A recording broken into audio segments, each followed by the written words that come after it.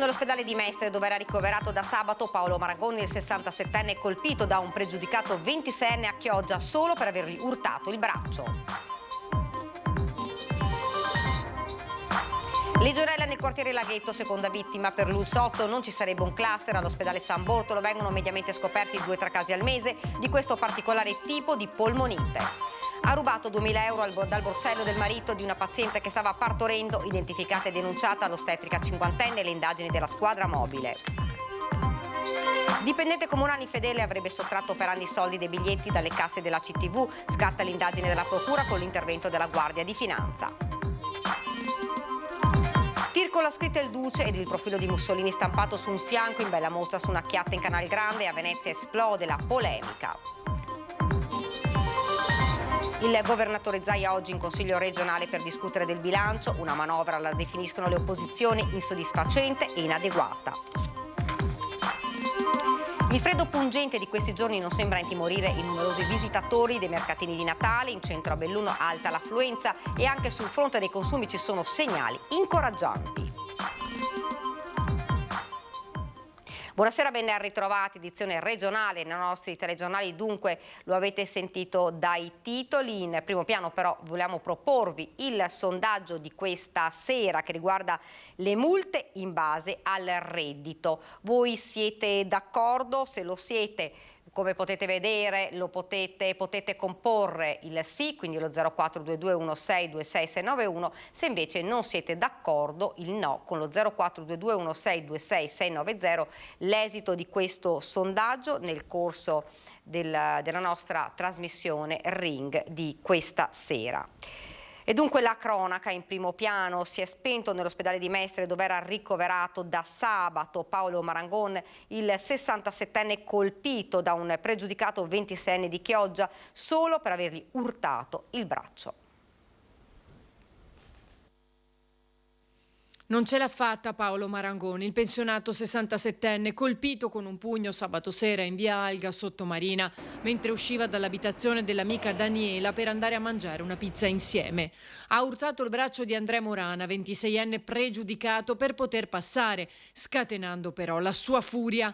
Lui l'ha inseguito pretendendo le scuse. Un amico ha anche provato a trattenerlo, ma alla fine è riuscito a colpire Marangon con un pugno, facendogli sbattere la testa a terra. Una caduta fatale. Paolo aveva gli occhi fissi e immobili, ha dichiarato l'amica, mentre provava a praticargli il massaggio cardiaco, e perdeva sangue dalla testa, mentre Morana, racconta ancora la donna, saltellava lì intorno e minacciava di non chiamare i carabinieri, altrimenti l'avrei pagata. Di lì a poco Marangone è stato portato all'ospedale, poi trasferito a Mestre, dove si è spento a distanza di poche ore. Con la sua morte il fascicolo a carico di Morana, non ancora fermato, si aggrava, passando dalle lesioni gravi all'omicidio preterintenzionale. Una vicenda che pesa come un macigno in città, un gesto che non trova commento, ha detto il sindaco Armelao, che ha deciso di proclamare il lutto cittadino nel giorno del funerale di Paolo per dimostrare la vicinanza dell'amministrazione della comunità. Il sindaco promette anche una valutazione insieme agli uffici comunali sul contesto nel quale è avvenuta la tragedia. Quel condominio credo abbia bisogno anche di una ristrutturazione anche totale. Se ci saranno delle opportunità si potrebbe anche pensare eventualmente, con la collaborazione chiaramente dei servizi sociali che seguono anche l'ufficio casa appunto dei servizi sociali, anche di destinare alcuni nuclei familiari in altre zone del territorio comunale di Chioggia, ecco, in modo da far scendere un po' la pressione che subiamo noi, subiamo nel senso pacifico chiaramente del termine, anche dai residenti di via Alga, ecco, perché tanti residenti di via Alga sono impauriti, ecco, di questa situazione. Però ripeto, è una situazione che ci troviamo, che abbiamo ereditato. La malattia del legionario all'ospedale San Bortolo di Vicenza. Vengono mediamente scoperti 2-3 casi al mese di questo particolare tipo di polmonite. Sentiamo. Allarme legionella al quartiere Laghetto? Una signora di 75 anni infettata dal batterio della malattia del legionario e deceduta la scorsa settimana, soffrendo peraltro di diverse patologie, ha risieduto nello stesso immobile Ater del quartiere dove ad ottobre un altro uomo era stato infettato. I casi potrebbero anche essere di più. Immediati sono scattati i controlli dell'Usberica. Sono intanto decessi in via di accertamento, anche perché ricordo si tratta di persone con varie patologie, per cui stiamo un po' verificando prima di emanare un bollettino ufficiale. Nessun allarme ufficiale dunque, ma la paura si è diffusa immediatamente in un quartiere molto popolato da persone anziane. Non c'è un cluster, ma si tratta di casi sporadici. Mi rivolgo alla popolazione del quartiere di Laghetto. Per quanto riguarda l'acqua della condotta comunale non ci sono problemi, perché come ho detto ha una temperatura e ha un trattamento tale che impediscono assolutamente la proliferazione di un germe come la legionella. Altro elemento per essere tranquilli è che la legionella non si prende bevendo l'acqua o stando a contatto vicino a una persona malata, ma solo inalando particelle che vengono eventualmente da impianti da controllare. E proprio i controlli sono quelli che sono ancora in corso, sia attraverso i sanitari del SISP, sia con i tecnici dell'ATER. L'ulteriore elemento è che con l'amministrazione comunale stiamo operando tutti i controlli possibili. Avremo già i primi risultati i prossimi giorni e sarà nostra premura eventualmente informarvi e contattarvi se ci saranno problemi. Ed ancora a cronaca, ha rubato 2.000 euro dal borsello del marito di una paziente che stava partorendo, identificata e denunciata all'ostetrica cinquantenne, le indagini della squadra mobile di Treviso.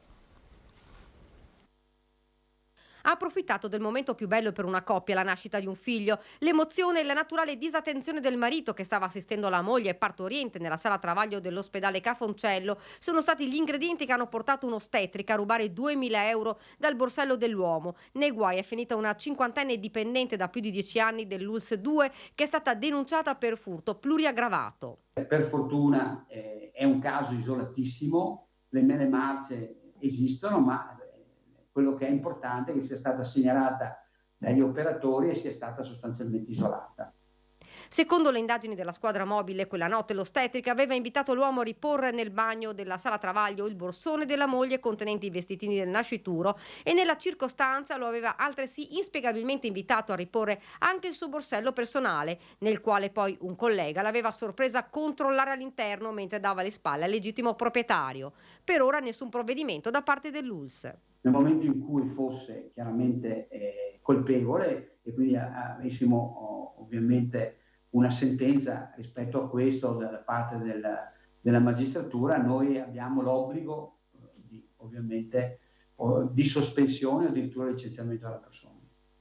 La donna intanto nega tutto, ma nei giorni scorsi è stata convocata in questura per la notifica dell'avviso conclusione delle indagini preliminari emesso nei suoi confronti dalla locale procura della Repubblica. Intanto il direttore generale lancia un appello in ospedale, dice possono entrare tutti. Noi ai ricoverati, le persone sono ricoverate, consegniamo appunto un contenitore dove questo può depositare tutti i suoi effetti personali, quindi dall'anello all'orologio eccetera eccetera, in modo da evitare che qualcuno non li sottragga al legittimo proprietario. Dipendenti comunali infedeli sorpresi a rubare rispettivamente dalla CTV e al Casinò di Venezia. Scatta l'indagine della procura con l'intervento della Guardia di Finanza. 58enne dipendente AVM in 5 anni a partire dal 2015 si è intascato indebitamente i soldi dei biglietti a CTV venduti da cartolerie e tabacchi e altre attività autorizzate, mettendosi, fa per dire, da parte più di 100.000 euro anziché versarli nelle casse della municipalizzata. È stato accertato che a seguito di specifiche convenzioni con strutture ricettive l'ex dipendente forniva dei titoli di viaggio in conto vendita per poi non riversare gli introiti nelle casse della società medesima. Il dipendente infedele smascherato è stato licenziato nel 2020 ed ora dovrà rispondere del reato di peculato. Nell'ambito della stessa inchiesta indagata per ricettazione una seconda persona, il complice, ha intascato più di 40.000 euro per aver favorito nell'attività illecita l'oramai ex cassiere CTV. Questa tipologia di indagine rafforza il ruolo di polizia economico-finanziaria che la Guardia di Finanza vuole e intende condurre proprio a tutela di tutte quelle forme di, diciamo, di tutela erariale. L'Ufficio Sicurezza del Comune di Venezia, il SIC, ha smascherato la vicenda inoltre di un altro dipendente, sempre di una municipalizzata, un croupier del casinò sorpreso a rubare le mance lasciate dai clienti. Il monito del sindaco Brugnaro: la città è tappezzata di telecamere in ogni dove, avverte. In questa è una città in cui sconsiglio di rubare, perché li prendiamo. E lo dico anche per chi lascia i sacchetti per la strada e non c'è gente da fuori. E allora uno deve procurarsi la chiavetta, perché qualcuno vuol fare il furbo, non ha la chiavetta, e butta tanti sacchetti per terra. Guardate, vi becchiamo perché abbiamo messo le telecamere, vi dico abbiamo macchine, civetta, mettiamo le telecamere, non pensate solo a quelle fisse. Vi andiamo a prendere, è un peccato rovinarvi la vita per una stupidaggine.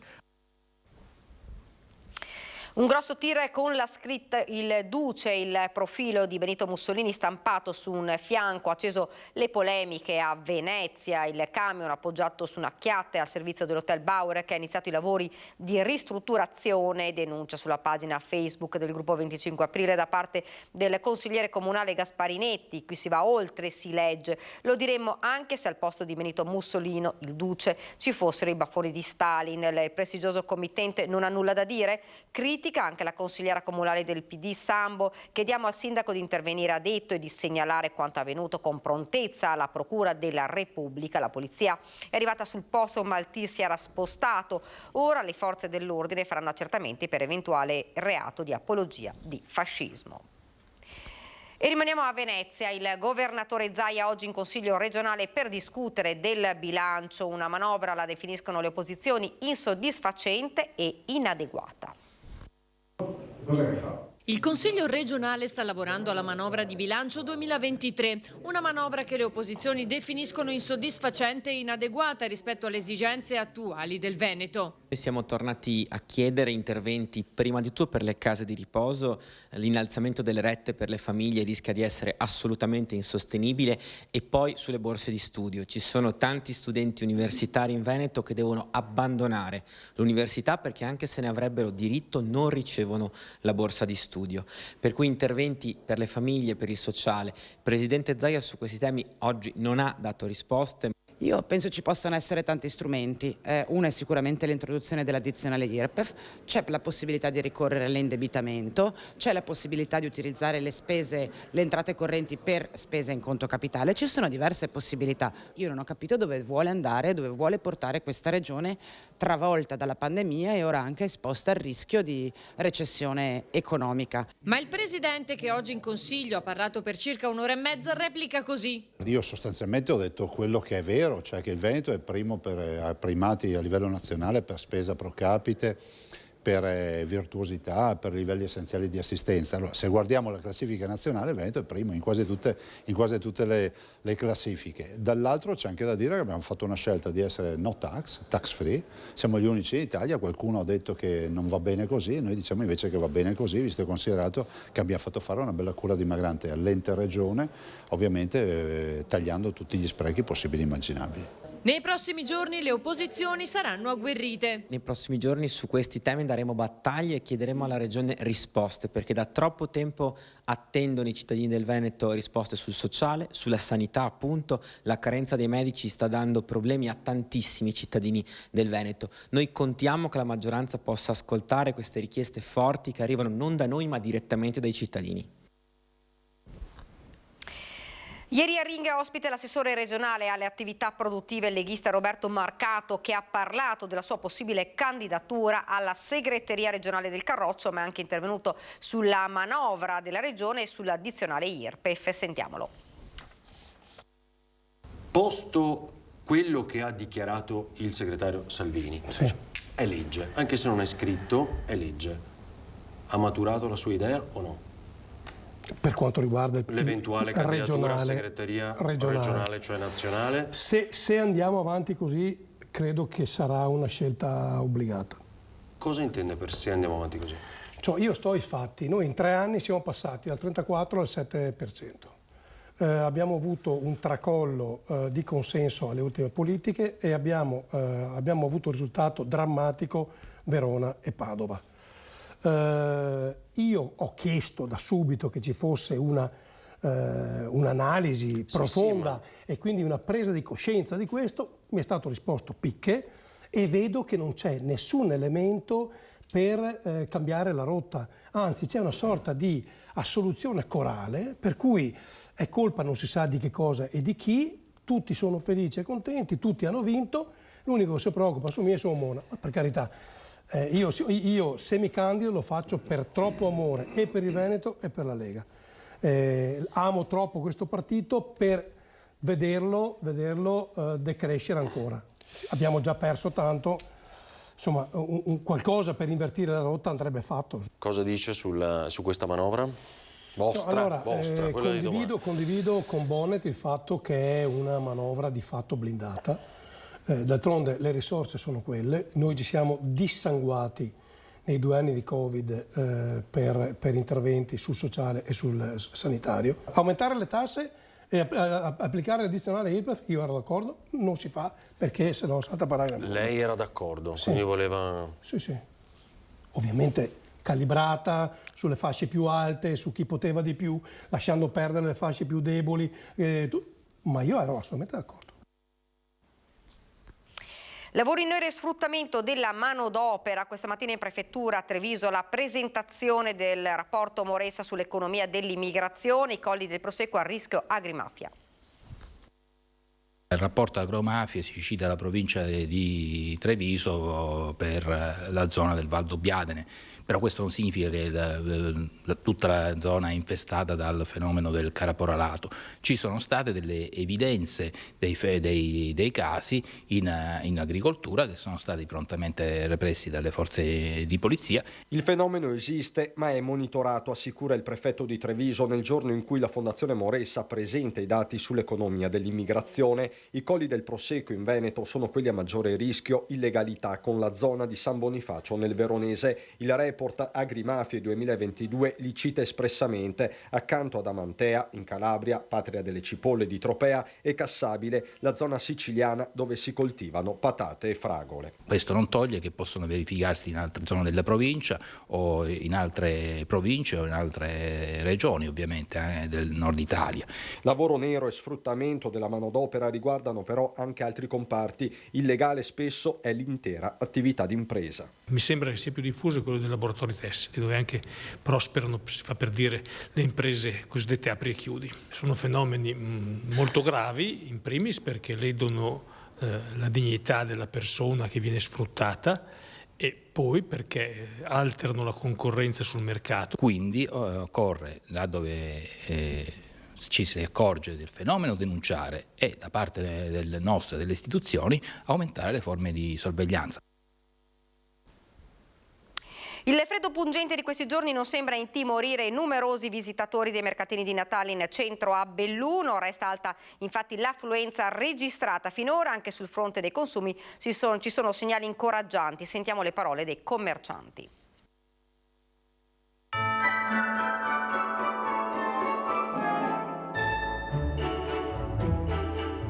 Non ci saranno le tradizionali luminarie a colorare il Natale bellunese ed eppure il panorama di eventi legati alle festività sta richiamando moltissimi visitatori. Abbiamo chiesto ai protagonisti di questo Natale di raccontarci la loro esperienza. Per essere i primi 10 giorni sta andando bene, nonostante anche il tempo che è stato un po' poco fortunato. La gente ha piacere venire a trovarci, chiederci anche dei nostri prodotti. C'è una bella risposta sia della popolazione locale che di turisti, gente che arriva per curiosità o è di passaggio perché va in montagna. L'affluenza è buona, io penso che andrà bene quest'anno. C'è un po' di artistico e un po' di artigiano per dare colore, diciamo, a questo mercatino. Buona per ora, ma dipende più dalla giornata e dal momento. Noi siamo proprio contenti perché c'è un bel giro di clienti, c'è un bel giro di gente. Siamo contenti perché il nostro prodotto vediamo che viene apprezzato. Come procedono questi consumi? Perché sappiamo che la vita costa sempre di più. Le persone spendono o spendono meno?